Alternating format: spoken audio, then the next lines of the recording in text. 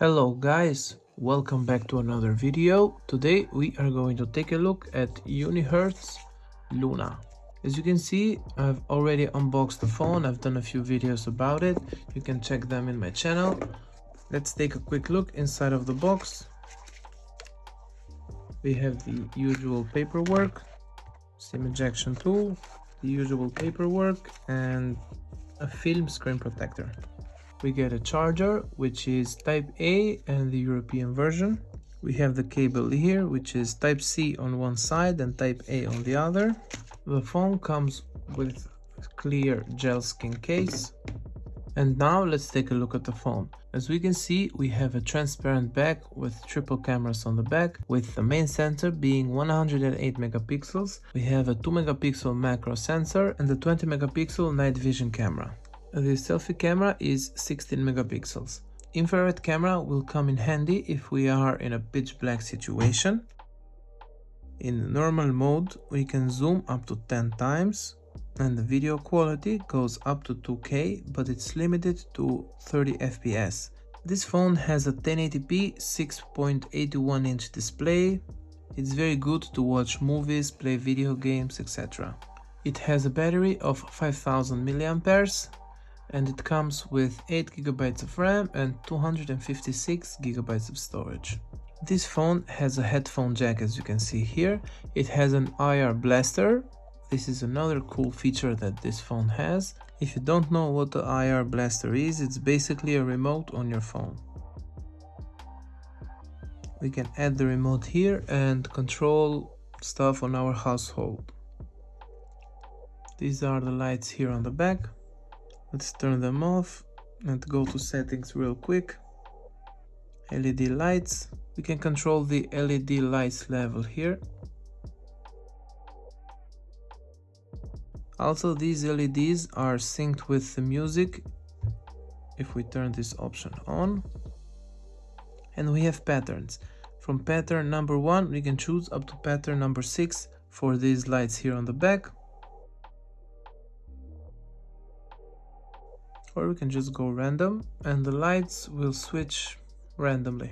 We can add a new pattern for the LED lights and make a new color ourselves. Now remember, this phone will cost you around $300 US. You will find the link in the description below.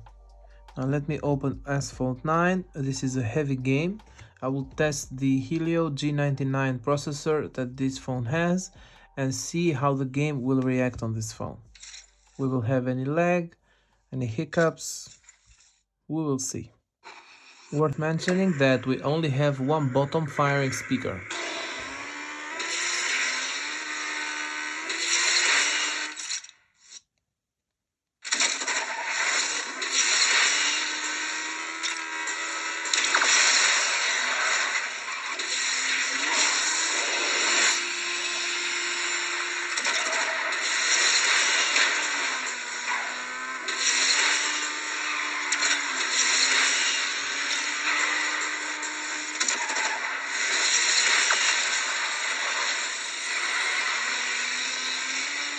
No lag so far.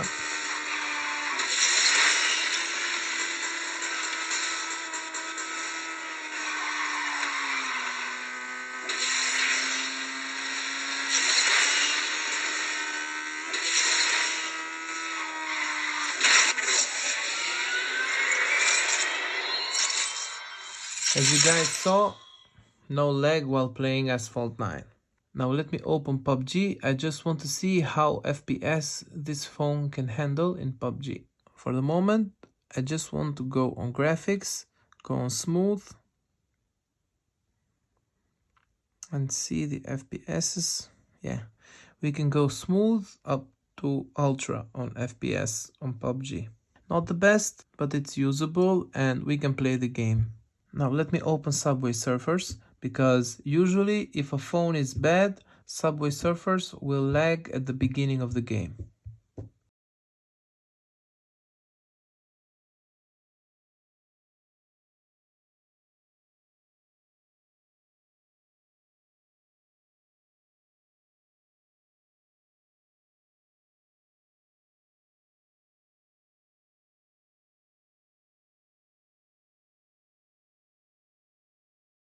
And as you are watching for yourself, Subway Surfers doesn't lag. Of course, it's a small game, but as I said, there are phones that lag even on Subway Surfers. Now let's test the display and the speaker of this phone.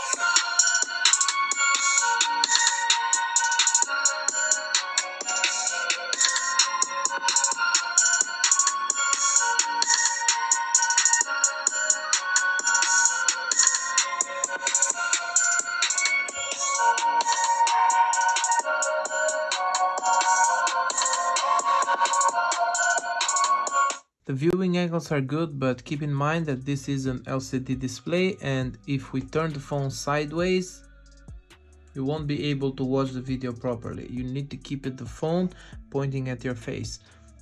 This is a 4K HDR video, and the video quality here on YouTube goes up to 1440p, but it's not HDR.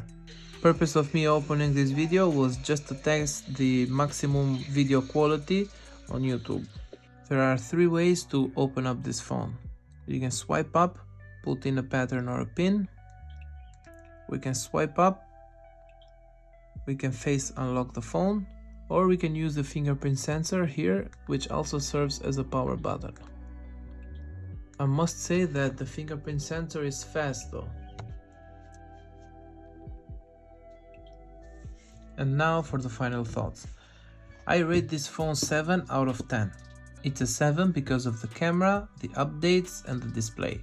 Let's start with the display. It could be a bit better because this phone has a 1080p 60Hz display. I believe that it should have been 1080p 90Hz display. And regarding the cameras, I believe that this phone should have had 60 FPS.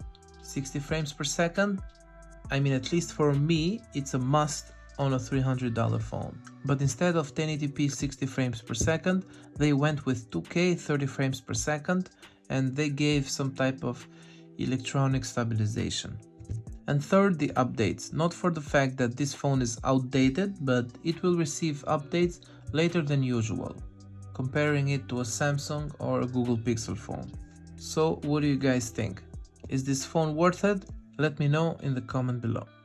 Thank you so much for watching. I will see you on the next one.